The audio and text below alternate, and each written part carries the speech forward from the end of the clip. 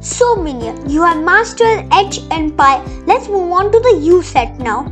Just stand right there.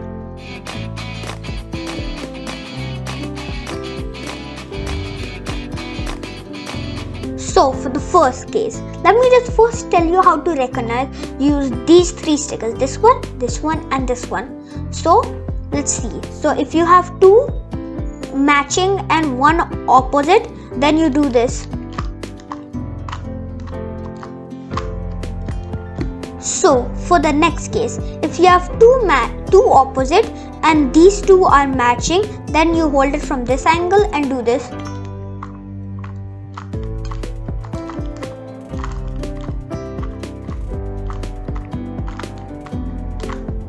For this one, if you have two that are the same color and this one is adjacent to these two, hold it from this angle and do this.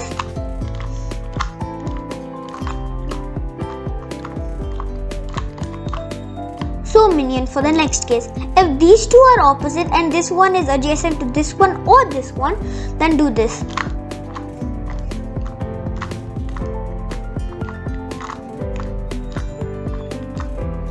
So for the next case, if these two are opposite and this one is adjacent to this one and this one, then you hold it like this and do this.